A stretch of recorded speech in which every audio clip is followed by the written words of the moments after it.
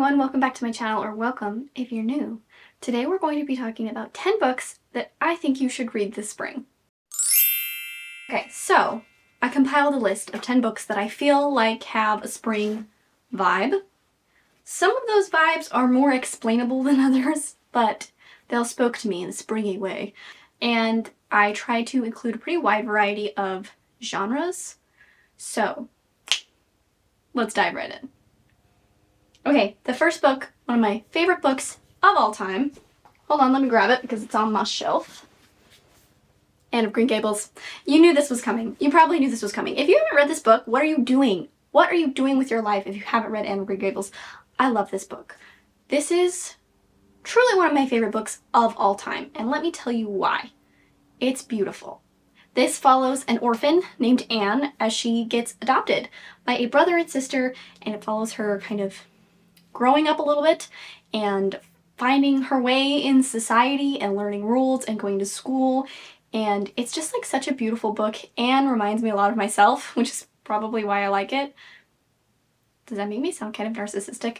I like it because I can relate to a lot of her feelings. She's very imaginative and creative, and I see myself a lot in her because a lot of people, a lot of adults in her life find her annoying or hard to deal with. And it takes time for them to understand the deep imagination that she has and where she's coming from. And that's how I felt a lot growing up. My inner monologue as a child is a lot like Anne's in this book, and so it's just something that I relate to so deeply, and it's just a beautiful, wonderful story. So that's the first one, Anne of Green Gables. I love. The next book, do I have any of these other ones? A few more. Okay, I do have a few more. The next book I do not have, though, and that is The Secret Garden by Frances Hodgson Burnett. Oh, this is by L.M. Montgomery, if you didn't know that. Anyway, The Secret Garden follows a girl who goes to live with her uncle while her parents are in India. No, her parents died. Hold on. What happened to her parents? Did they die? I think so. One second, let me check. They're dead. I knew it. Her parents die in India, and she's sent to live with her uncle, and she ends up hearing her cousin wailing. He's very ill child, and she finds him in the house, and they become friends, and they discover a secret garden on the property, and they turn it into something beautiful. And I love this story. Obviously, it has springtime vibes because of the garden aspect of it. There's a lot of description of plants and cleaning out a garden area, and also just like the wonderful relationship that the main character Mary builds with her cousin Colin. She's like a very annoying, spoiled, ill-tempered child at the beginning of the story, and she's like, you're like, kid, get it together. But by the end of the story, she learns how to be a little less selfish, care about other people, and she sees another perspective outside of herself. And so that's something that I really love about this book. And of course, it has beautiful descriptions of flowers and plants and gardening, and that just screams springtime, right? Right? It does. The next book is a very different vibe, and that's Annihilation by Jeff Vandermeer. This follows a group of people going on an expedition into Area X. Area X is an area that has been taken over by something, and the government sends in expeditions to try and figure out what's going on. The reason this gives me a springtime vibe, you could read this any time of year, to be honest. The reason it gives me a springtime vibe is because there's a lot of descriptions of nature, and the main character that you're following is a biologist. And so there's a lot of like describing plants and animals and samples and things. And so that feels springy to me just in the outdoor sense. This book is really weird. I will say that. Like, don't go into this thinking it's gonna be like, oh, you know, cool plants and animals. Like, it's weird. It gets really weird. But this book just has this like very interesting speculative element that really draws you in, and you're like, what is going on? And that's what I really love about it, is like, you just don't know what's happening. And honestly, by the end of the book, you still kind of don't know what's happening. So it's interesting. I really enjoy it. The next book is Shark Heart by Emily Habak. I read this really recently. This is actually kind of could you call it a romance? The subtitle is a love story. And that love is shown in multiple ways. So in this book, you are following a couple named Ren and Lewis. And Lewis has just been given the diagnosis of a shark mutation. And in this kind of like alternate reality, I guess, animal mutations are pretty common. And it's like just like a disease that people get.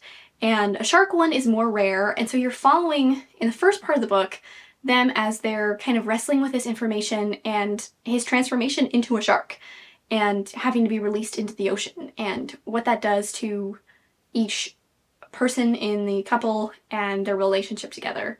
The second part is about Ren's mother, and it is basically about her experience being a teen mom and getting into an abusive relationship. It's very harrowing, and there are some scenes that are hard to read. So if that's something that's triggering for you, I would keep that in mind. It's not graphic, but it's hard to read, to know that people get treated that way all the time, and that's awful. So it's really interesting to hear about her story, and then, you know, seeing how it's affected Ren for her life, and you know a lot about Ren from the first part. And then the third part of the book follows Lewis as he's a shark in the ocean, and dealing with that, and having human memories while being a shark. And so this book is just so interesting. I really enjoy the kind of weird speculativeness of it and how it's just like so close to reality but slightly different. And I think it has a lot of really interesting things to say about both chronic illness and terminal illness, and how for the person affected it can really make them war against their own body. And then also how it's so hard to be a caretaker of somebody who has a chronic or terminal illness. So there's really interesting things to think about with this one. And it's written beautifully. Lewis is a playwright, and so some of the scenes are like written like scenes out of a play. And that's something that I really enjoy. I was a theater kid, surprise, surprise. So it's just easy to fly through and really grips you and pulls you in. So that's Shark Heart. The next book is The Sound of a Wild Snail Eating. Who is this by? I always want to say her name is Tessa, but I feel like that's not true. Elizabeth? This was one of my favorite books of last year, and I can't remember the author's name every single time. Elizabeth, okay. Her name is Elizabeth Tova Bailey. That's why I always think it's Tessa for some reason. Anyway, The Sound of a Wild Snail Eating by Elizabeth Tova Bailey. I love this book. This book is a nonfiction memoir of sorts, and it's about this woman who was traveling around in Europe, and then she got this random disease, and they don't really know where she got it from, but it completely shut down her autonomic nervous system, and so it made her bedridden, and she had to go into a care facility. And so part of the book is her kind of reflecting on what it's like to be bedridden all of a sudden when you used to be a really active person, and having an illness take over your body with no warning, and what that feels like.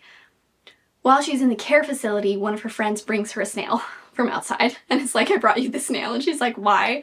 I don't know, I thought maybe you'd like to see this snail.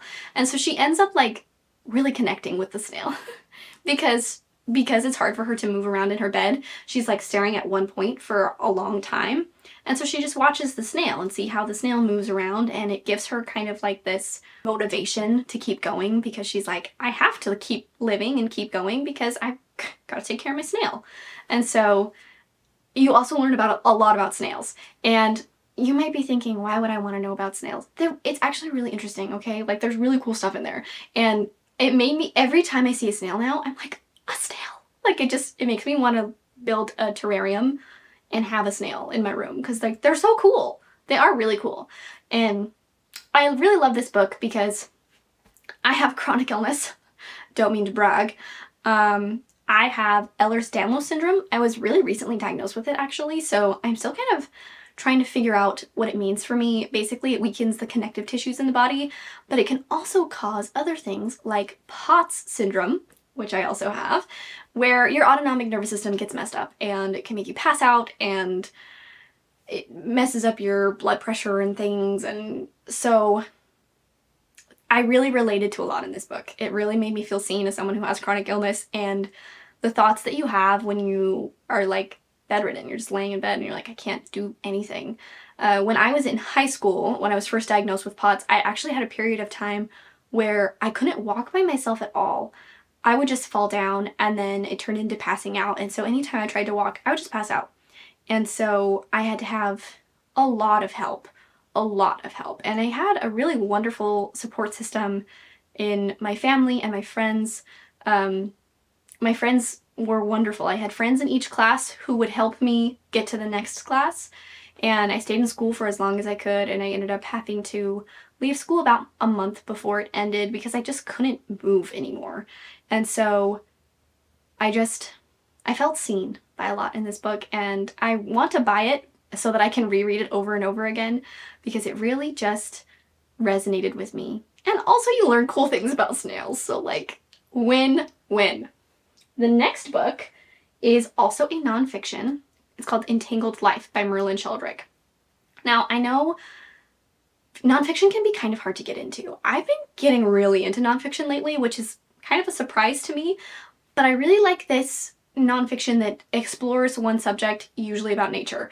This book is all about fungi, and it's so cool. It's so cool. This book explores the world of fungi, and it teaches you a lot about just various mushrooms and lichen and how it works together. Fungi really affects like so much of the world, and it's so fascinating. Like there's so much to learn and uncover and unpack that we just don't know and don't understand yet, and that's something that I find so fascinating and like makes me want to go to college to like study fungi. I don't know what the term is of people who do that, but maybe I should because I read this book. But it's just really fascinating. I'll tell you a fun fact. Fun fact. There are fungi networks called mycorrhizal networks that exist in the soil. And they exist with trees. And they give trees the ability to communicate with each other. How amazing is that? That's like literally the coolest thing. How is Earth real? Like it's amazing, right? And so there's these trees that are a lot older. They call them mother trees. The mother trees use the mycorrhizal networks to communicate with the sproutlings, the little trees, and tell them, hey, grab these nutrients from this soil because it's going to be the best for you. That's just like the most amazing thing in the world. So read this book if you want to know like a million more super cool fun facts like that. And I found it really well written. It's easy to read. It doesn't bog you down with too much like scientific mumbo jumbo, if you know what I mean. The next book on here, this is going to be rare, so soak it in, is a romance. I know. I don't like romance. I don't read romance, but I like this one. It's called A Little Something Different. It's by Sandy Hall. I don't like it just because the author's name is the same as mine, but shout out to her, right? The reason I like this romance is because it's written in a really cool way. It's written from the perspective of a bunch of people around this couple. It's a couple who meets in college, and you find them from meeting and dating and things. But like you get a perspective from a squirrel and a park bench and a bus driver and a professor, and you get all of these different perspectives, and so it's really snappy and quick to read, but then you're also seeing these characters form through the eyes of everything around them, and I just found it really cool. I really enjoyed it. I actually read this book, I finished this book in the hospital before I gave birth to my son, because I was like not in a ton of pain yet, and I was like, I just want to kind of hang out. I guess I'll read my book. So I finished my book, and it was great. So there you go. That's gonna be the only true romance on this list, because I don't really like romance so much. The next book is Moonbound by Robin Sloan. This book follows a young boy named Ariel, 13,000 years in the future, who lives in a medieval city. I know, weird, under a wizard's rule, until he comes into contact with a sentient AI creature that goes into his brain and tells him that he needs to go on an adventure to find dragons. So he goes on an adventure to the big city. He escapes this medieval town that he thought was the whole world, and a bunch of wild things happen. There's talking beavers, there's robots that roam, there's really cool textile shops, This book is very, very fun and kind of strange. I really enjoy Robin Sloan's writing. The only one I haven't read is Mr. Penumbra's 24-Hour Bookstore, which is like, I think his most famous. It was his first book, I think. So all that to say that this book is really, really fun. It's like an epic quest because you have these like medieval elements, but then it's also in the future. So you have the futuristic like AI robots meeting like medieval quest story in the coolest way possible. And it's really, really fun and you should read it. What does it have to do with spring? I haven't been telling you, I guess, that much of why I think these have to do with spring. Because I think this gives me a spring vibe because it's a quest, you know? You're going on an adventure and that's fun. The next book is Remarkably Bright Creatures by Shelby Van Pelt. This book follows a few different perspectives. It follows a woman who works as a janitor in an aquarium. It follows this guy, the octopus in the aquarium. And then it follows a young man who is kind of just trying to figure out what to do with his life. And they all come together in various ways. This is a very heartwarming tale, and it has beautiful elements of found family and understanding coming together, and I really enjoyed this one. Also, the octopus, what's his name? Marcellus. Marcellus, the giant Pacific octopus, is the best character in this book. And I love him. The last book is the Lord of the Rings trilogy. Now, if you haven't read these, you might be thinking, Sandy, that's a lot to ask of me. These aren't just light springtime reads, but trust me, they're so readable. They are so readable, okay? I know the lore is deep. I know that Tolkien has a lot of detail. I know. But these stories are amazing. They're wonderful. They have beautiful, beautiful connections. And it's an epic quest, okay? Now, if you're a little intimidated by the size of these books, and these ones are like kind of small print, so you can't tell how long they are. If you are intimidated by the size of these books and the depth that comes with Lord of the Rings, might I suggest listening to the audiobooks. I'm not a huge audiobook person. Usually I like audiobooks for nonfiction, but these ones are narrated by Andy Serkis, who is a phenomenal actor. Honestly, really underrated. He plays Gollum in the movies, if you're wondering. So obviously he does the Gollum voice perfectly, but he also is like an amazing voice actor, and so he really transports you into this world. I think these books are wonderful to be listened to because it really is like, you know, the oral tradition. Let me tell you a tale of a time and things that happened. So yeah, if we're really talking springtime vibes the most, Fellowship of the Ring is going to be my biggest suggestion, but once you read this, you're going to want to read the other two. Trust me. Also, Return of the King. The Two Towers, I think, is more fall-winter vibes, but you can read this any time of the year. Really, you can. If you don't know about the plot of Lord of the Rings, which is fine, some people don't. I actually had never seen the movies or read the books up until a couple years ago, and now I'm obsessed with them. It's like one of my favorite series of all time. I think I'll reread these every year until I die. If that doesn't convince you, I don't know what will. This is following a young hobbit named Frodo. If you don't know what a hobbit is, it's basically like a human but small. And he has to go on a quest. He bears a magical ring. It has the most power, and the evil lord who created it wants it back. So he has to go on a quest to destroy it. And you meet elves, you meet dwarves, you meet Tom Bombadil, who's an underrated character and should have been in the movies, but that probably would have made the movies like 7 hours long, which is fine by me. I love the movies.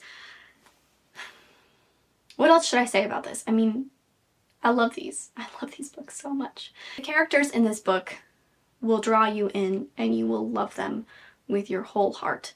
And you will want them to succeed so badly that you can't put this book down, no matter how intimidating it might feel.